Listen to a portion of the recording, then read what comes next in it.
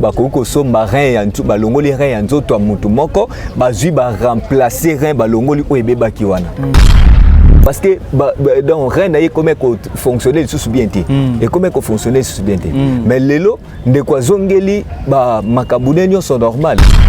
donc c'est-à-dire ba rien tant que ba problème lelo mingi ba rien zo ba problème na ba produit auto consommer. Vous êtes sur Top Média TV. Mesdames et messieurs, les abonnés de Top Média Télévision, bonjour, voilà. Votre émission Santé pour tous, Oyezalaka présentée par Ndekonabino Tadi Ngalapa, invité spécial il y a émission Oyezalaka Otobengaka Docteur Ahmed, il y a cabinet à l'âge 2002, Oyezwami Bongo na avenue Lubefu awa na mboka ya Kinshasa, na commune ya Lemba, quartier Foire. Voilà, Docteur Lelo Toluki Moyeto Solanaye numéro ya Sika. Docteur Azo Komema ba solution na banda ko ebele ba solution na ba famille ebele ba solution dans le couple est belle, mais je signale ici, il y a certaines personnes, je pense, bazo comprendre que numéro ils ont assez wana, ils ont numéro il y a docteur, place ba commis docteur numéro wana, ils ont numéro na yé. Pour il y a certaines personnes qui ont commenté dans l'émission que docteur OPC numéro T, non, numéro ils ont affiché ils ont numéro na yé. Ou soit si vous appelez na deux numéros wana. Beaucoup de docteurs, numéro Souka, c'est mon numéro. Si vous appelez aussi sur ça, beaucoup de docteurs facilement parce qu'il y a un numéro, il y a docteur. Voilà. Aza a tolukwa moyeto solanaye oyo etali bongo banzoto ya ba papa, banzoto ya ba maman oyo ezoko salete ba continuer toujours kozala na ba insuffisance na o etali ba reine na bango na o etali ba santé na bango na o etali makambo ebele na banzoto na bango. Voilà. Eli Eliezer aza si ma caméra ce qui le langage moko fongola docteur tout le commento PC maloba bana mboka ba comprendre tete tozali na le guérisseur le docteur Ahmed na linga ko benga e bongo mbote mona mboka. Oui, mbote papa. Bonne santé. Nangolo Nzambe. Boni musala cabinet oui. À la 2002. Musala ezotambola malamu ezokende malamu Nangolo Nzambe. Tozo persévérer kaka. Voilà, mais mokolwana tolobaki o etali banzoto ya ba papa ba réaction nango quand même les gens ont essayé de vous appeler pour avoir aussi ba solution na ba problème na ba. Oui, bandeko ba bengi tellement ebele, ba bengi ebele. Donc ebele na ba mboka surtout mboka libanda bandeko o basa libanda ba bengi tellement ebele. Okay. Ba appel ya awa ya Kinshasa na zui vraiment ba appel mingi te mais libanda nde bandeko ba bengi ebele ba o basaki occasion ya kosala ba commande na bango. J'espère que déjà bazana débit ya ba traitement na bango traitement na bango zoleka malamba o déjà basala ba avant déjà ba yebi ba résultat nango ndenge ezali et nazo profiter koloba ke non à bientôt là je crois à la fin du mois oyo soit na fin du mois oyo ezo landa wana boye. Donc docteur Ahmed azo zela ba cadeau na ebele oyo ya déjà et pas bandeko yo ba iba ko soit déjà soin et belé ba promettre ngai donc ce sont des cadeaux ba lobby promesse pour la ranyongo yango na lobby déjà na lobby rappeler bino déjà pour rappeler bino parce que bo promettre nga ba cadeau ezoya donc tant ko lande mission yo ndeko déjà promettre nga cadeau et ba que docteur Ahmed a sali au rappel et na kozela cadeau na ngai na maboko pelele vraiment. Voilà, tala déjà niveau ba patient ba komi, c'est-à-dire bazo koluka bazo ko zolobiko bazo koluba ete na suka, faut pe ba témoigner mon monene na bango à travers le cadeau ba luka moye ba pesa le docteur parce qu'il apporte des solutions na ba problème na bango. Voilà, docteur lelo o memeli biso nini ya malamu oyo ya kitoko o bande ko bazo kozela mokolo lelo pour na 15 minutes o to ko zoyo na ngao. Ok, les airs sont qui m'ont dit lorsque le docteur est en train d'expliquer zoua penatant ya ko zoomer docteur pour que bande ko bala l'émission attentivement. Merci. Lelo to ko lobela o etali insuffisance rénale. OK. Insuffisance rénale de ezali eloko tozolobela lelo na émission na biso bandeko o nyonso bazolanda biso bozala bokebe ya kolanda explication malamu parce que ezala ba phénomène mususu oyo e manifestaka na banzoto na biso tozozala na mwa complication ya ko comprendre eza type ya maladie nini eza maladie nini nde ezosala nga boy yango lelo docteur Ahmed a yeli bino explication claire ya insuffisance rénale pour que comprendre à partir ndako ko comprendre que no ba phénomène to ba symptôme na yo kaka boy boy ezalaka nde insuffisance rénale. Donc à partir wana okoluka ozwa ba soin mbangu parce que insuffisance rénale eza ba kamoko ozo même ba complication et belé na nzoto mutu yango docteur Ahmed Ayele a expliqué bandeko. Pardon docteur, avant on continue, non tu comprends donc on continue, mais naza besoin na yeba ndeko moko pe ako comprendre te insuffisance rénale wana elingi koloba nini ezali eloko nini exactement lorsque tu parles de l'insuffisance rénale, ça veut dire quoi? OK, donc lorsque tozolobela insuffisance rénale, c'est-à-dire ba rein tangozo comme une incapacité ya ko filiter ba déchets ya makila. Donc et comme une insuffisance wanande yango ba bengaka insuffisance rénale. C'est-à-dire ba rein et comme une incapacité ya ko filtrer ba déchets à sang. Yango de insuffisance rénale. Voilà, et arrive à comment pour que rein et comme à niveau wana. Qu'est-ce qui nini au-delà de la base cause il y a que muto comme on a insuffisance ou on a sur le nakati ya barena. Donc c'est-à-dire barin tant que ba problème lelo mingi barin zo ba problème na ba produit auto consommer ba produit auto consommer et zo même la biso ba problème ya barin. C'est-à-dire lorsque rein comme un problème et comme qu'on travailler normal les sous-soutés et comme qu'on travailler normal les sous-soutés, c'est-à-dire tant que vous travaillez normal les sous-soutés ba partie nyonso rôle nyonso oya jouaka a comme ko jouer ngo bien té a comme ko jouer ngo bien té lorsque ba déchets dangereux zoana oyo ya sang tango et salami bien té et ko se filtrer bien té dès que ça que lorsque ba sang wana eza libéré ezobimana na qualité ya malamu te ezobimana qualité ya malamu te donc ezobimana qualité ya malamu te ezoprovoquer ba cause mususu nzoto ezoprovoquer ba cause mususu nzoto mutu omona ke tango ebimi bongo et provoquer ke omona mutu mususu et komisie na problème ya mental donc problème ya mutu et comme il y a problème tout parce que makila ebimi na qualité ezobimana qualité ya malamu te na nzoto na ye omona mutu mususu et provoquer les manque d'appétit mususu et provoquer les douleurs moko na niveau ya na niveau entre mipandi na hanche akomi ko sentir douleur place wana akomi ko sentir douleur ndeko mususu abando ko sentir nausée et vomissement à tout le temps mususu azo sentir donc mauvaise haleine donc on connaît comme kobimisa odeur et en plus goût azo sentir goût vraiment bien té na mon connaît azo sentir ba goût moko ba sensation est bien té et zo provoquer le sous ba tension artérielle donc ba tension moko ya niveau ya c'est et zo ça là que muto comme na hypertension a comme na hypotension s'il vous plaît a comme na hypotension et que tension na eza lisusu eza sous malamu té à partir kaka ya insuffisance rénale wana tiko muto azana insuffisance rénale akosala ndenge nini pour que azonga na état oyo ya malamu bena akosala ndenge nini ba pratique ezali nini ba kisi eza nini ekoki kozongisa mutu bena na état na normal. OK o bandeko bako yeba tant mutu comme une insuffisance rénale c'est-à-dire rien de comme un problème. Rien comme le problème. Il faut y avoir consommation il y a kisi nini oya zozwa pour que et compliquer le sous-rein été. Parce que lorsque rien est compliqué rien comme une maladie parce que tu as vu que lelo il faut toyer ba kena nzoto ya mutu nyonso ezala mwasi to mobile azana ba rein mibale. Voilà. Donc ba rein mibale moko ko zo problème moko wana ekomi ebateli mutu aza bien. Mais lorsque nyonso mibale ekomi na problème et ko sala ke mutu wana aza sur na longue vitesse. Aza sur na longue vitesse. Et c'est-à-dire lelo ba kisi ezali oza très efficace et bien approprié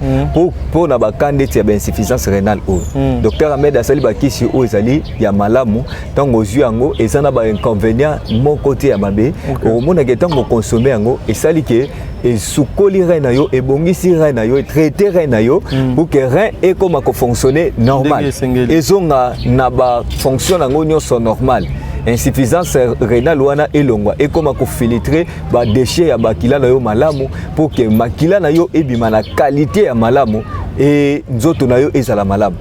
Na tangel bino ba symptôme to ba bloko oyo insuffisance rénale et provokaka na nzoto ya mutu na nzoto ya mutu. Donc tant oyo zo senti ba douleur wana oyo na lobi ezali entre hanche na ba côte. Donc au sentir déjà bongo il faut oluka ko examiner bandeko baza libanda ko luka ko sala examen bandeko baza awa nakin oye na cabinet ya docteur Ahmed na avenue Lubefu numéro 17 na lemba fois tango oye wana docteur Ahmed a constate examen pour na yeba problème il y a douleur wana est-ce que ça a causé na insuffisance rénale ce que ça a causé na insuffisance rénale et ça na ba kisi o ezali wana ba produit ezali o kozwa et soigner yo ezongisio normal ba douleur wana o so yoka esili ba douleur yo kesili et ndeko azana problème il y a mauvaise haleine wana azo sentir monoko na goût ya mabe donc oyepe au sale examen docteur Ahmed akoyeba ko soigner yo parce que kisi na kisi donc tant na pesi kisi ya insuffisance rénale et na kolukasko na yeba eloko yo insuffisance rénale et boti na nzoto na yo voilà c'est-à-dire insuffisance rénale wana eza ndeti mama ba maladie o ya boti nde ba explication ya ba symptôme on pesi wana tant na koyeba kino yaki ko causer soit trouble ya mental soit causer tension et causer ba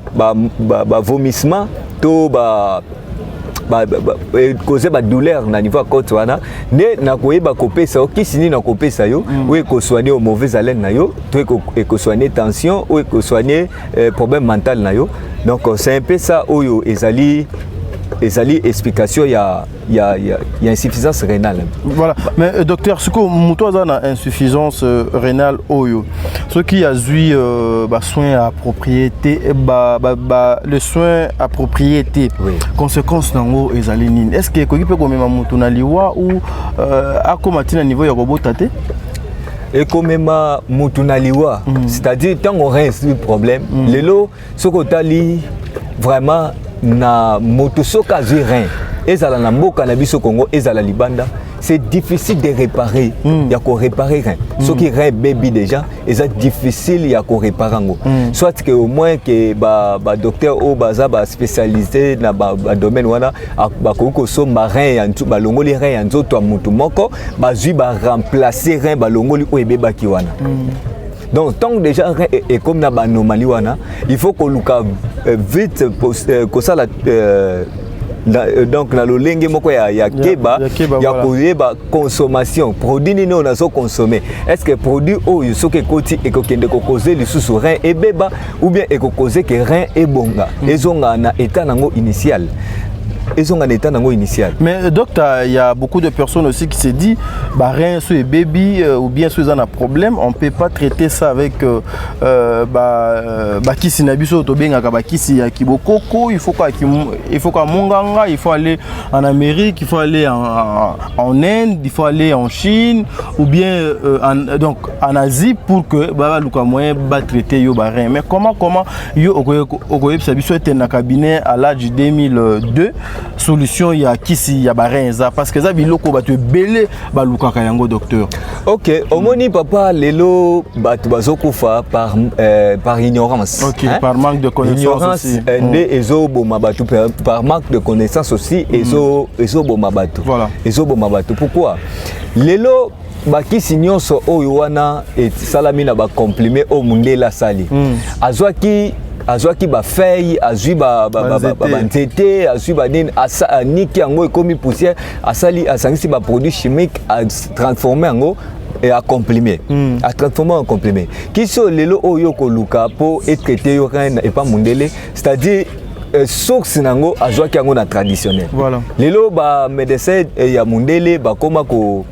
ignorer médecine traditionnelle bazo ignorer parce que eza na lobakango ezali maki ya connaissance te meza ki muté mamabe parce que ayebi ke produit oyo nga na zui na zo pesa mutu oyo e wuti na traditionnel e wuti na ba plante e wuti na banini nde sali ke ba transformer ngo lelo ekoma a comprimer lelo bandeko mingi komona ndeko mingi azana problème ya insuffisance rénale soit problème ya barin ba juillet directement ba memie na libanda ya mboka po ba de soigner kuna. Pourquoi? Parce que il manque de connaissance wana que non médecine traditionnelle et ça na capacité ya ko soigner rien ya mutu azonga normal. Lelo sala kina de komoko c'est un frère ya église mususu donc na yoka ki lisolo na yeba ibisinga oh non azana clinique universitaire azana ba problème ya ba rein ba sengi bango ba mbongwe belé bobo. Nesi bango nobi soki moye kozala boyebisa famille na bango babimiselanga ndeko wana azali banda parce que soki nalobi na okende kosoigner kuna na kozala incapacité baolinga te na kota botika ye abima libanda comme ça ndela soin na ye lelo ndeko wana soin na ye ekomi déjà na kosilisa soin na ye donc ndeko azongi normal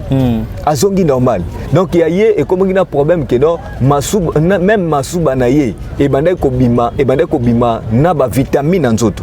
Pourquoi? Parce que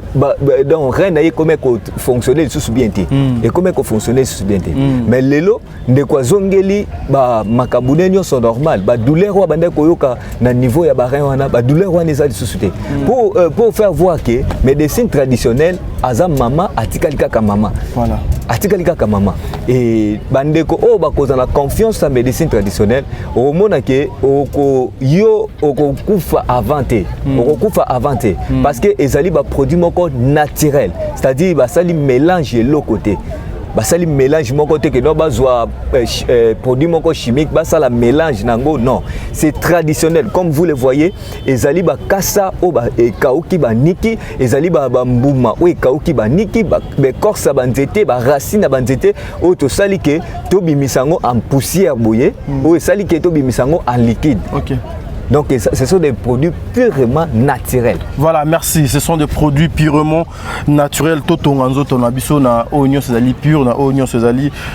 naturel. Bongo le docteur Ahmed tokoluka moem tozonga moi simana o tolobaki mokolo wuta ki koleka. Vous savez traitement ya ba rein ezali traitement oyo ça coûte beaucoup d'argent. Oyo batubele ba me pesa ka ba chance te lorsque azali na maladie wana ba rein mais awa na cabinet à l'âge 2002 et pas docteur Ahmed solution en ezali ceux qui au luki awa ceux qui tembe au meki au tika la libela au kangama c'est-à-dire yope au bando la kabakado voilà docteur Mutumoko abenga kinga alobiete nazali na problème nangai ezali beaucoup plus nazala ki mobali troisième lokolo nanga ezala ki bien et banaki osala musala kitoko mais depuis un certain moment na sinaye osala constat que ceux qui kaka na koti kaka na nzoto wa mama 2 minutes ezebele il faut na boaka ndenge toloba na lingala excusez-moi le terme il faut na boaka est-ce que ekoki kozala nini et loko nini ekoki kokomisa ngati na niveau na et loko nini e causer ke ngana koma même pas 5 minutes faut na luka moyen déjà na sanza Moutouandeng wana o déjà dans la kawana bien qu'aujourd'hui on parle plus de ça mais ali moko ya ba sujet to lobela qui semaine passée à kosa la nini ndeko wana bon ndeko wana il faut azwa traitement na lombango parce que ba spermatozoïde ils ont un problème et en dehors il y a spermatozoïde ils ont un problème il y a hémorroïde lisusu. Pourquoi? Parce que tant oyo ndeko akomi na problème neti ya oligospermie spermatozoïde et perdre quantité na qualité nango voilà et comme léger comme faible tant comme faible wana et ko kuta na kelo ndeko azape na problème ya faiblesse sexuelle c'est-à-dire lorsque oyo abandi musala na ye et ko sala ke ayeba ko bimesa avant pourquoi ezali susu kilote et comme léger et ko bimanango bongo otolobaka éjaculation précoce donc ebimi nango bongo ebimi bongo et okomona ke ndeko tango ebimi bongo troisième le colonel ezali susu na force te ezali susu na force te et perdre force na ye totalement à perdre force na totalement maintenant ndeko oyo yebisanga ndeko ya boye azali na mama siko banda kozela akomati na place moko boye akomisiete yebisanga butu wana libala wana ekomi na risque ya makasi libala wana ekomi na risque pourquoi mama azali sune sengo ya papa te risque même que non akotika na mbetu ye abimi na libanda akekola na salon pourquoi parce que risque koti déjà à partir ya troisième lokola papa et sali musala na ngwa malamu te donc ba produit za wana o ezaki tango ba kopesa ba pesi ba kisi ya hémorroïde et traiter hémorroïde na yo et sali ke na nis na yo na niveau ya sima na yo mo pepezo bimate tango oyo ozana relation ezo bimate et to pesi kisi ya spermatozoïde awika et sali ke ebotisi spermatozoïde na yo ezongisi yango na qualité ya malamu et to pesi yo kisi ya force papa yo ozongi lokola jeune kuku force tango ekoti na nzoto na yo okomi lokola mwana moko ya 17 ans 18 ans ba force wana ozaka nango na kala ezongi et papa akomi na force moko ya kokende ba 3 ba 4 mama ye moko akomi ko donc azongi silibala lokola na tango azalaki jeune et akomi ko baye papa ou papa to akomi ko senga ba bando donc papa tango zui ba kisi ya docteur Amen c'est-à-dire yo il faut longa kaka yo il faut longa kaka yo vraiment il faut basenga ko kaka bando parce que ba produit ezali très efficace ou ezaki et koti na nzoto na yo et soigner nzoto na yo docteur Abed azozong sabatu naturel c'est-à-dire ezate que non avant kaka son ameli ba produit boko boye avant ka na sala boye na mela kaka ba bombu wana oyo médecine ya mundele bazotia bandeko na lingi beaucoup plus bandeko o surtout ba o basali banda ba luka ba longwa na bombu wana okobengo solana mutu bwa ko ebisa na sakana traitement moko boye o na zwaka vie mobimba. Donc son azu angote maladie boy etombokaka non docteur Ahmed d'ailleurs wana pona kozongso naturel ndenge zamba kelayo voilà c'est-à-dire na pesio ba produit nanga au consommer yango ozongi naturel ezake tant oyo lingi osala relation nyonso na yo ezo fonctionner normalement et fonctionner normal omeli eloko moko te po sala ke non eloko wana omelaki nde commission ti na nini te il faut que l'on na esclavagisme wana lelo bande ko mingi baso commettre ba problème ya ba faiblesse wana à partir ya ba stimulant au bazo consommer donc pour na ye nzoto déjà et c'est fatigant nango a monisco pour na ko sala ka keno a sepelisa maman ou azana ndaku et il faut amela ka ba bloco moko boye du jour au jour pour que et sala ke couple wana e batelama mais oh papa tango zo batela couple ozo tia nzoto na risque ozo tia ngo na danger parce que lorsque malade wana ekobimela yo grave et que ça là que memi on a impuissance et c'est perdre donc troisième le colono et perdre taille nango et zongi lokola tango zalaki nanu na ba 2 ans ba 3 ans et zongi bongo maintenant tango zongi bongo libale comme na risque donc c'est que maman a commis na libanda comme ko tala a commis ko tala donc a commis na voisin muzuri. Voilà, merci beaucoup à commis voisin Muzuri Namoni Eliezer derrière la caméra Zosala biso sid mais docteur nazali na eloko moko awa ezali loko la conseil pas bandeko bazo landa ka biso voilà tozo chité déjà bandeko bazo ko landa biso docteur asala ga mosala na ye azali azosala ki manki onate azosala ki mondiante